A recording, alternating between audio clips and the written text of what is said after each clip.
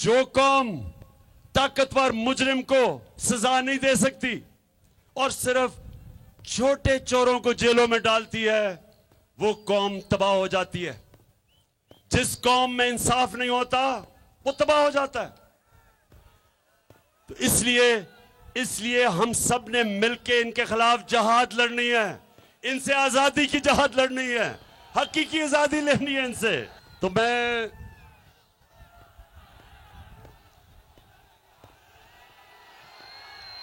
क्या चीज, अच्छा सुने सुने जरा, बुनेर सुने जरा। इन्होंने सबसे पहले, मैंने आपको बताया, इन्होंने करप्शन केस खत्म करने आए इसलिए थे। नंबर 2, इन्होंने इलेक्शन के अंदर धांधली करके पूरी तैयारी कर रहे हैं इलेक्शन जीतने की। इलेक्शन कमीशन को साथ मिलाया हुआ है। हल्का बंदियां के अंदर इन्होंने पहले से ही मैच फिक्स किया हुआ है, पहले से तैयारी की है, क्योंकि वैसे तो ये इलेक्शन जीत नहीं सकते। ये जब भी पब्लिक में जाएंगे इनको 2 नारे लगेंगे,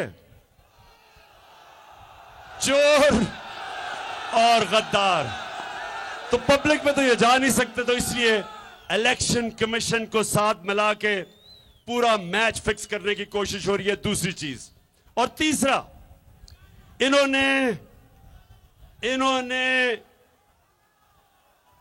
इन्होंने पुलिस को साथ मिला के झूठे केसेस बना के इन्होंने पूरा कोशिश की है कि अब ऑपोजिशन को ये क्रश कर दे, तबाह कर दे, दबा दे। कभी जो जुल्म हुआ था, जो 25 को और 26 की रात को जिस तरह पुलिस ने जुल्म किया है, कभी किसी जमहूरी गवर्नमेंट के दौर में इस तरह का जुल्म नहीं हुआ। 2 दफा ऐसे जुल्म हुए थे, दोनों दफा मार्शल लॉ था। कभी जमहूरियत के अंदर इस तरह का जुल्म मैंने नहीं देखा। जिस तरह इन्होंने शेलिंग की, पता था कि सामने औरतें, बच्चे, फैमिलीज, कोई इन्होंने बेदर्दी से जो शेलिंग की, ऐसे आप सीन मकबूजा कश्मीर में देखते हैं जिधर हिंदुस्तान कश्मीरियों के ऊपर जुल्म करता है। ऐसे सीन जो जनरल डायर ने, जब गुलाम हिंदुस्तान था अंग्रेजों का 1919 में, उसने लोगों के ऊपर इस तरह जुल्म किया था। कभी अपने शहरियों के ऊपर कोई ये नहीं करता। और ये इन्होंने किया क्यों था? एक वजह से, दहशत फैलाने के लिए, खौफ फैलाने के लिए। बनेर के नौजवानों, ये मेरे गौर से आप बात सुनो, ये समझना है आपने। ये कोशिश क्या कर रहे हैं? ये खौफ दिलवा रहे हैं, लोगों को डरा रहे हैं। झूठे केसेस थानों में, पुलिस घरों के अंदर घुस गई, ना चादर ना चार दीवारी की परवाह की, उधर घुस के इन्होंने जुल्म किया लोगों पे, सिर्फ एक वजह से, खौफ फैलाने के लिए, कौम को डराने के लिए। तो मैं नौजवानों, अपनी कौम को एक आज पैगाम देना चाहता हूं। गौर से मेरा पैगाम सुन लें।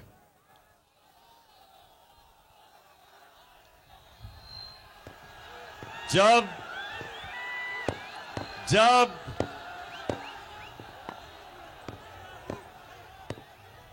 हजरत इमाम हुसैन निकले, पता था कि यजीद के पास बड़ी फौज है।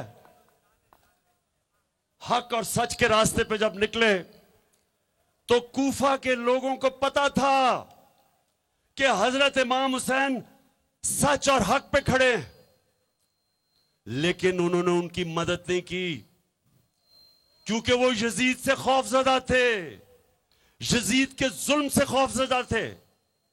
उन्होंने उनकी मदद नहीं की, पता होते हुए कि वो राय हक पे खड़े हैं।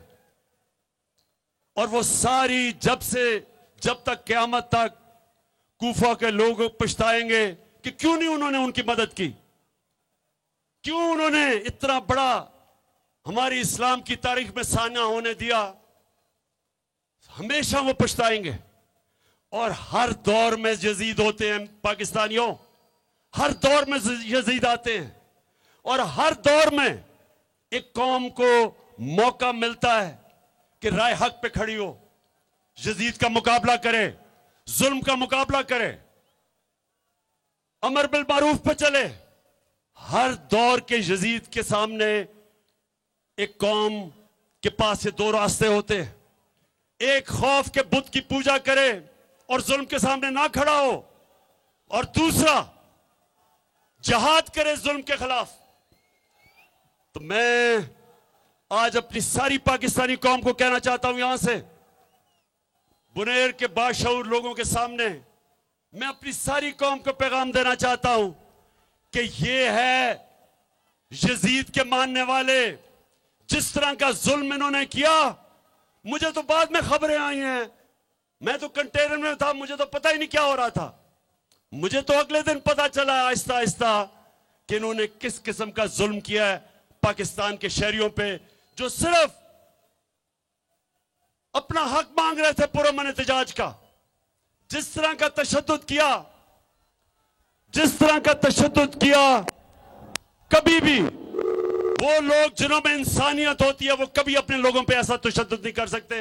बल्कि मैं तो ये कहूंगा कि हम दूसरों के ऊपर भी कभी ऐसा जुल्म नहीं कर सकते जिस तरह इन्होंने औरतें बच्चों के सामने टीयर गैस शेलिंग की, वो शेल इस्तेमाल किए जो दहशतगर्दों के खिलाफ होते थे। सब्सक्राइब करें और बेल दबाएं ताकि कोई खबर रह न जाए।